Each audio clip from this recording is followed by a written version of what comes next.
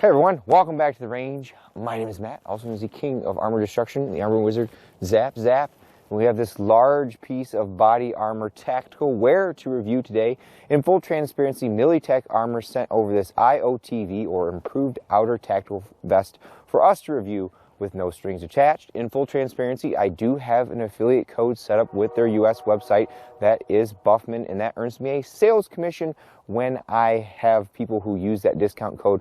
But I'm a little different than other content creators to where I'm not trying to push you guys towards sales. I'm here to offer you information in an educational format so that if in the end you decide to make that purchase and you want to save a little cheddar and kick back some to me for all my work set forth, that's what those codes are for. Now this particular setup is a little different than what we're used to testing. This IOTV is made up of various different level 3A panels that make this entire system weigh right around 13.5 pounds, at least per my scale this morning when I checked it out. In addition to the wraparound NIJ level 3A that goes around your chest and stomach area, we have some shoulder pieces as well as some under shoulder pieces, as well as this fancy little cod piece that protects your pelvic and groin area. There is a bag on the front and rear that you can up armor for some hard armor, but given how tight that space is, you're going to want a thinner plate, possibly an ICW or ESAPI in there that's going to be on the thinner side so it comfortably fits inside that. We also have a neck piece here to protect from any fragments that may come up here.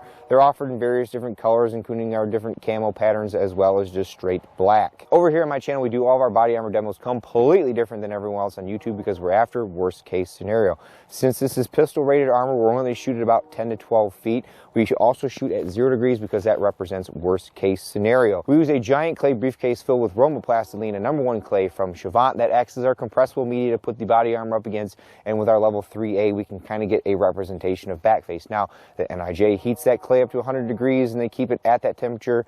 It's only around 50 to 55 degrees outside today. We've been heating ours up in my little igloo down there, but the second I take it out of there it's going to cool down, so we're looking at a representation of backface. If I shoot 44 mag at this at the NIJ spec and we get a dimple of 60 to 70 millimeters and the NIJ's eyes, that probably would be failing. We use a chronograph whenever possible. We have a Pro Chronopal Digital DLX as well as a Garmin 0C1 from Bass Pro Shops / Cabela's. They were nice enough to send that out for us to review, and it has been a godsend for having a second data point for when the light screen chronograph doesn't pick up. So a big thank you to them for sending that out, because we need to know the velocity of that bullet. That way you know that I am not downloading or uploading an ammunition and giving you guys any kind of false expectations of performance. We also put a spreadsheet here at the beginning and the end that we kind of foreshadow all the threats that we're going to shoot at it. We mark our velocities and our penetrations, and we do a teardown at the end to see what this stuff is going to look like on the inside. Now, I'm not actually going to shoot this particular vest, mainly because it would be very hard to do so. So I have the additional panels that would go inside this that we're going to set up on our clay briefcase to shoot. I do want to remind everyone that I am not an NIJ lab, so if you see a threat stopped or penetrated here, you should always defer to the manufacturer to produce accredited and recent lab results showing stoppages. And on the flip side, if you're the manufacturer and you see me stop Liberty Civil Defense going 2,600 feet per second, you should send that off and have that added as a special threat to your panel. All right, our first panel is strapped in and ready to go. It is our groin protector. Effectively, all of these 3A panels that make up this IOTV are of the same construction. We'll pull one apart in the end to see what kind of material they're using. I do believe they're just using a standard aramid-like Kevlar material. We're going to start off with our level 3A or HG2 threats. That's our 9mm 124 grain. This is L7A1. This gives me a little bit more velocity over the NIJ spec, and that way nobody can cry a foul. We also have our 44 mag. This is 429 Desert Eagle. It's a 240 grain semi-jacketed hollow core. It's a Sierra bullet. Can't find the gold dot, and we'll shoot that out of our Desert Eagle. 1605, 1619 on the Garmin.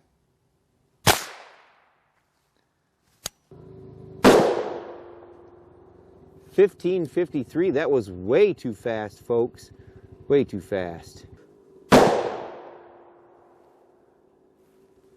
All right, this should be easy enough. We have enough panels that I'm going to play a little on the safe side for some of these shots, and if we see some penetrations, we can always go to a new panel. Our L7A1 shot number 1 and 2 are over spec by over 100 feet per second. 44 mag was right there.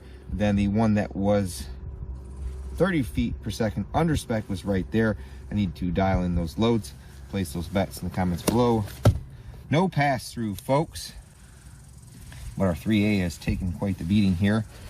I would say, actually, we might have a penetration from that 9mm right there. We'll have to double check. But our 44 mag was stopped. We've got like a plastic blunt force trauma on the back and some foam to help cut some of that down. As far as our back face goes, this is obviously the worst. And it's going to be hard to measure. That is right around 50mm. This guy here, again, because you can't measure very accurately, that one's right around 37mm. Our 9mm up here, the original one, is 10mm. We will have to confirm if those penetrated or not. That one looks like it did, but it might just be that the clay is warm enough that it just punched it in there. But let's move on to some other threads. Just to give this armor a fair shot, we put up our deltoid armor section because the 44 mag pretty much took that other panel out. Now this is where we get into that realm of common but not rated for in the NIJ's eyes. This is our 50 grain Liberty Civil Defense. It's a 50 grain copper hollow point going pretty darn fast. It is known for popping this type of material 3A. So we start with the pistol, then we have the PDW, and then if it makes it to there, we have the 16-inch. If we stop here, you can kind of foreshadow a little bit and guess those penetrations.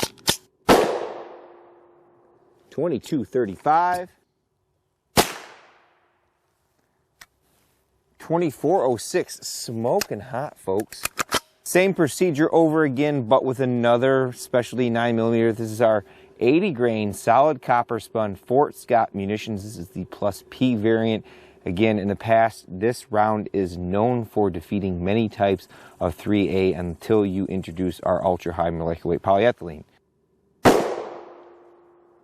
1645, and I saw some wood bits flying. I don't think we need to go up in barrel length.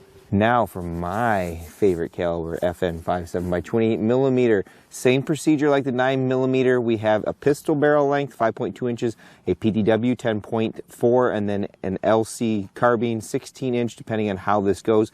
We have 3 rounds here. 2 of them are known for popping soft armor. One of them is more of our sporting round, but it sports a higher velocity and then can find a way through. So we've got our 34 grain black Dragon Fang. That is one of my top picks for self-defense, as long as you understand in the pistol the accuracy isn't the greatest past about 20 yards. Then we have Elite Ammunition's S4. This is a 28 grain OTM. Then we have our Hornady Black, which is a 40 grain VMAX. It is around 100 feet per second faster than our factory SS197. Very much an ideal 40 grain loading. 2006 feet per second.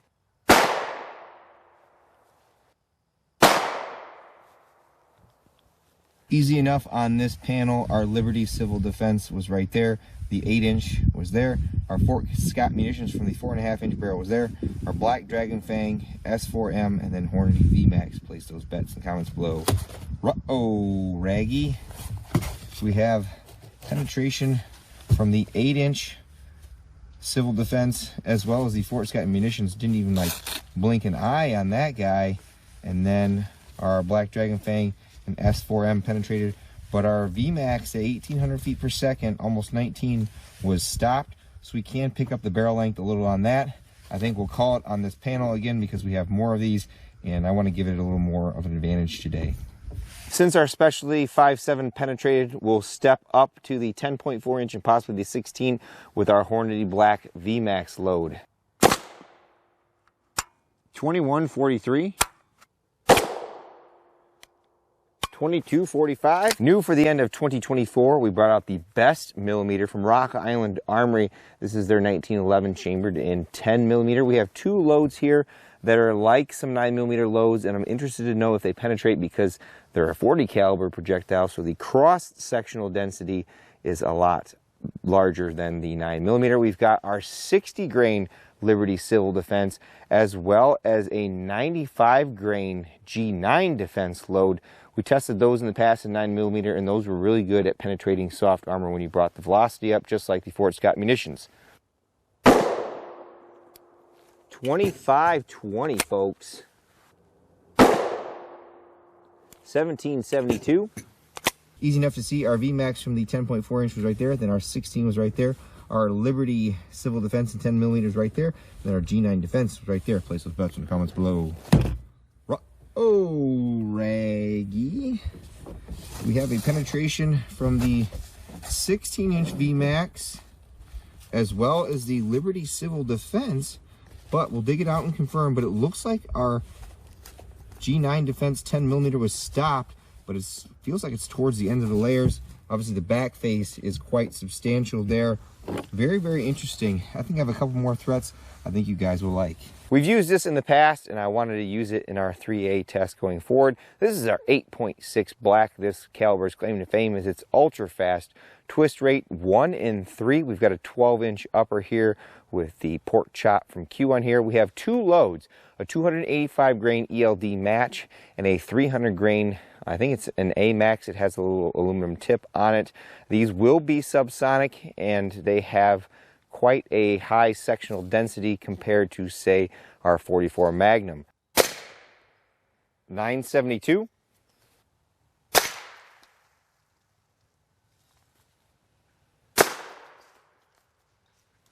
Our final threat is our 12 gauge. We have some 2 3/4 slugs. Green Lightning from R.A.N.G.E. Someone will correct me in the comments below. Heavy field short Magnum. Ooh, fancy. The box says 1,476 feet per second. We've got a 13-inch Remington 870 SBS here. We'll take 2 shots in here, and this should give us a maximum worst case scenario back face wise.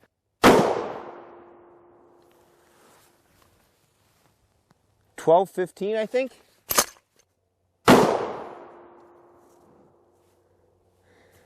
Well, we split the cover on that guy. Well, this panel took a beating with those 2 12-gauge slugs, number 1 and 2.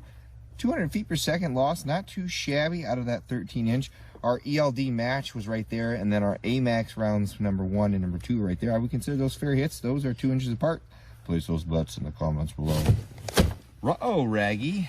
We had 2 clean pass-throughs from those 3 8.6 blacks. Those are a very interesting thing. Typically, when I've shot our 300 black subsonics, most of those bullet designs will not penetrate any soft armor. Now, of course, I could load those with armor piercing 30 cal threats and they would go through subsonic, but very, very interesting. Back face wise, the clay has gotten cold because we've been out here for about an hour, but it looks like it's pretty much not made too terrible of a dimple compared to our 44 Magnum.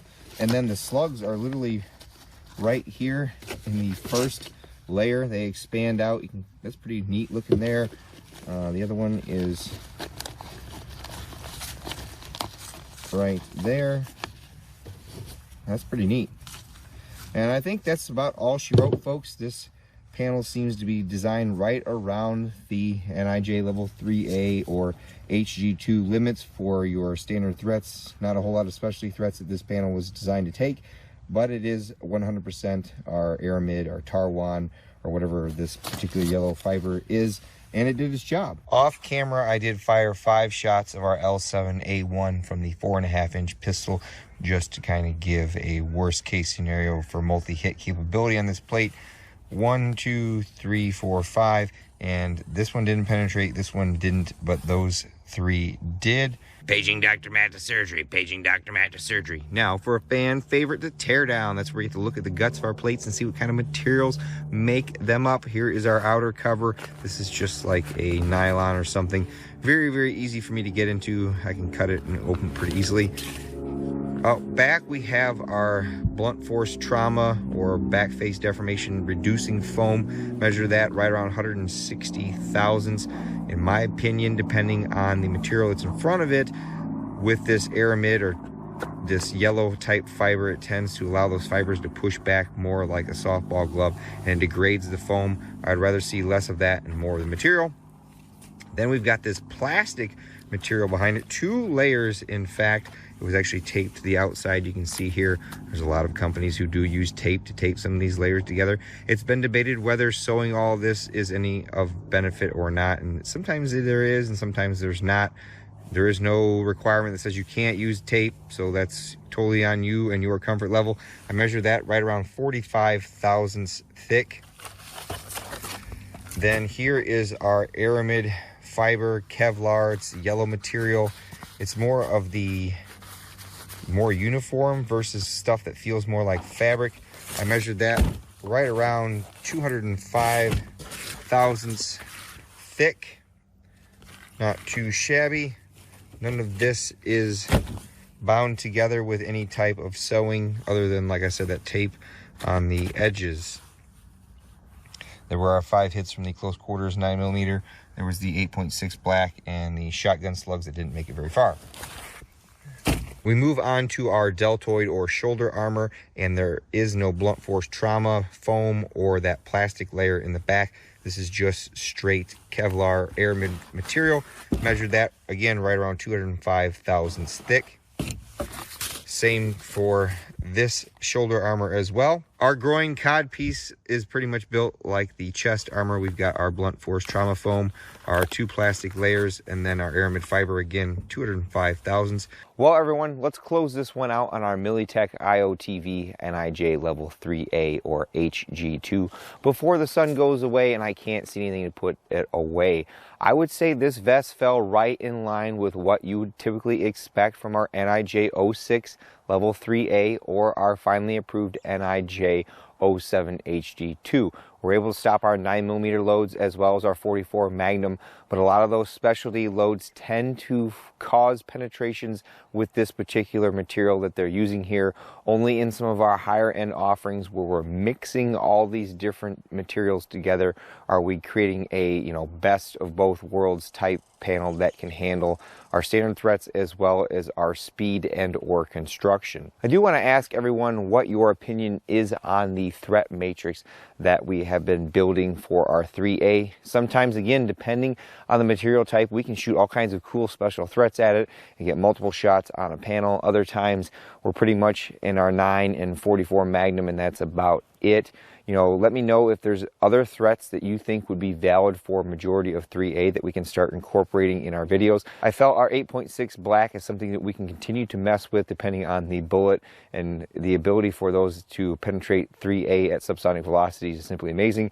We've added our 10mm, so like I said, drop a comment below if you think there are any other threats that we should use in our testing. I personally don't have a use case for this IOTV, but your mileage may vary. I myself tend to shy more towards our slick, low visibility carriers or carriers that are more lightweight. I haven't really found what I want to build out on a carrier yet. I've got my med kit and a mag pouch, and that's about it. One of these days I should build one of the various carriers I have out so I can have a nice little setup. The quality and finish of this IOTV seems to be right in line with what MILITECH offers. They have a wide array of tactical gear, from ballistic helmets to hard plates to plate carriers and other different accessories. Time will tell if you were to purchase one of these and wear it continually, how it would hold up versus some of our, Berry compliant USA made stuff. With all that being said, it's time for me to get the heck out of here. But at the end of all my videos, I take a moment to thank all those who help make these possible, because there's a lot that goes into them. If you've noticed in any of my newer videos, I have a little counter up here for the value in dollars of armor destroyed in the channel since 2023, and it keeps going up and up. Number one, I'd like to thank my family. Deacon and Amy are out here all the time. They did leaves today and helped clean up some of the paths and stuff. So any time that I can spend with them is greatly appreciated. They even got to do some shooting. Deacon would like to remind everyone to like, subscribe, comment, and share these videos to help that algorithm and engagement, so that if there are other people looking at picking up something like this, they can easily find this information. Number two, my Patreon, Subscribe Star, and YouTube channel memberships. I have a campsite in the description below. It's a landing page. There are different affiliate codes or discount tracking links in there that cost you nothing, and they earn me a sales commission. And what I do with that is I put it right back in the channel by either procuring some of this armor-piercing ammunition or some kind of new caliber that people have questions on whether or not that it can actually penetrate armor. Number three is MILITECH, again in full transparency, sent me that IOTV and those extra panels to destroy with no strings attached. I do have a discount code from them. It is Buffman. It saves 3% on your website, and to be completely transparent, it does earn me a sales commission, and I try to be fair and transparent across the board, so when manufacturers send me stuff and I can set those up, I'm not trying to be biased one way or the other. That code is there for you to use if you've made your own buying decision to end up purchasing this. And of course, number four is you all for watching. Until next time, I'll catch you at the range. bonus points if you know where this shirt's from.